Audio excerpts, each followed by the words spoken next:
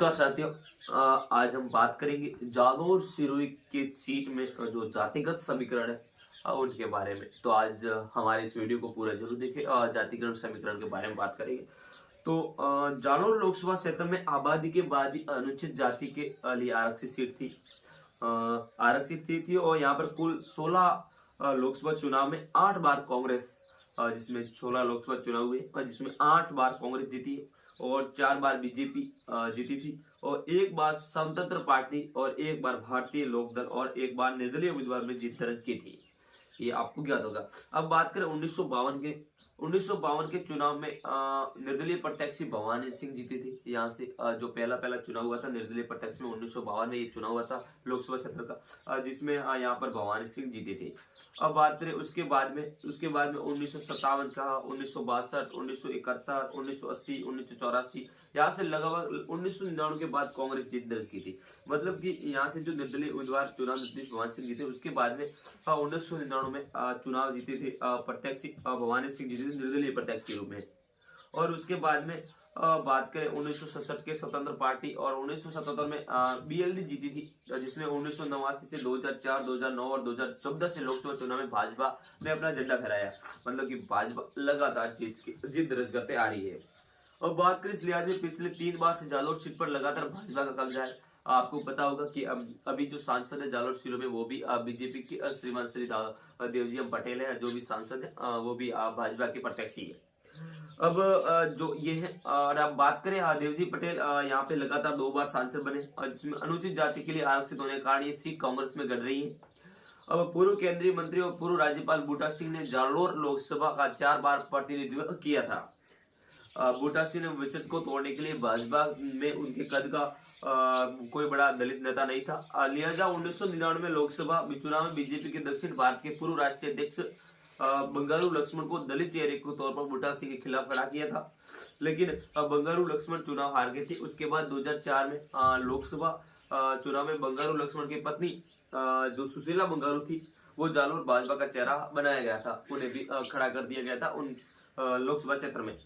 अब जब चुनाव में सुशीला बंगारू ने बूटा सिंह को हराते हुए जालोर की पहली महिला सांसद बनने का गौरव हासिल किया। अगर आपका क्वेश्चन आ जाए कि पहली जो महिला थी जालोर की पहली महिला सांसद कौन थी, तो ये थी सुशीला बंगारू। आगे बात करते हैं। ऐसा में जालोर लोकसभा क्षेत्र में संख्या 8 जालोर और सिरोही जिले के कुछ हिस्सों को मिलाकर बनाई गई है। सामान्य सीट है ये जालोर सिरोही लोकसभा क्षेत्र की, जिसमें इस संसदीय सीट के अंतर्गत आने वाले विधानसभा 8 सीटों में 6 सीटों पर पटेल चौधरी जाति का खासा प्रभाव है। जो 6 सीटें उस पर चौधरी या कड़वी समाज के लोग मतलब अपना बहुमत रखते हैं। उसके बाद अनुसूचित जाति और अनुसूचित जनजाति के वोट के निर्णय माने जाते हैं। साल 2011 की जनगणना के मुताबिक जालोर की जनसंख्या 28,65,076 है, जिसका 87.42% हिस्सा शहरी और 12.58% हिस्सा ग्रामीण है। कुल आबादी की बात करें तो 19.51% अनुसूचित जाति और 16.45% अनुसूचित जनजाति है।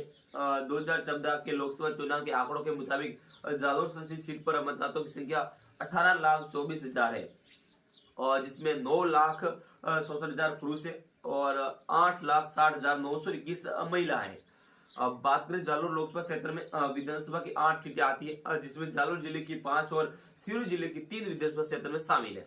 हाल ही में ये विधानसभा चुनाव में भाजपा ने इन 8 विधानसभाओं में से 6 सीटों पर जीत दर्ज की है, जबकि 1 सीट पर कांग्रेस और 1 सीट पर निर्दलीय उम्मीदवार जीता है। इस लिहाज में जालोर सिरोही संसदीय क्षेत्र के मौजूदा सियासी समीकरणों में बीजेपी का वो पलड़ा भारी बताया जा रहा है और हाल ही में बीजेपी का पलड़ा भारी बताया जा रहा है, क्योंकि जहां पर ये बीजेपी के जो उम्मीदवार है जो लोकसभा टिकट मांग रहे हैं वो पलड़ा भारी बताया जा रहा है, क्योंकि जहां तक सभी लोग तैयार हो रहे हैं वो बीजेपी की हो रहे हैं। कांग्रेस के तो माननीय श्रीमान बात करें रतन की निवासी जो बीजेपी की कांग्रेस की ओर से लड़ना चाहेंगे, जो रानीवाड़ के भी विधायक है।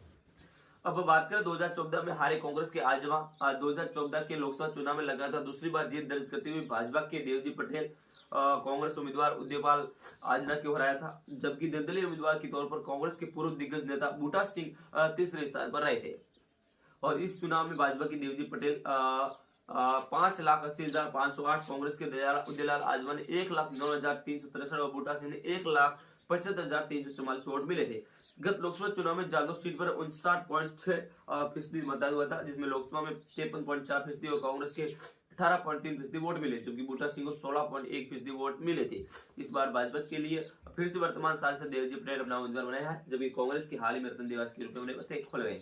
अब हाल ही में तो अभी क्या पता नहीं कह सकते, लेकिन जहां तक बीजेपी का मानना है कि देवजी पटेल को टिकट मिलेगी और कांग्रेस की ओर से रतन जी देवासी को। तो आपका जो फेवरेट नेता है रतन देवासी या देवजी पटेल, तो कमेंट करके जरूर बताएं कि किसको भारी मत मिल सकते हैं और कौन इस लोकसभा क्षेत्र में जीत सकता है।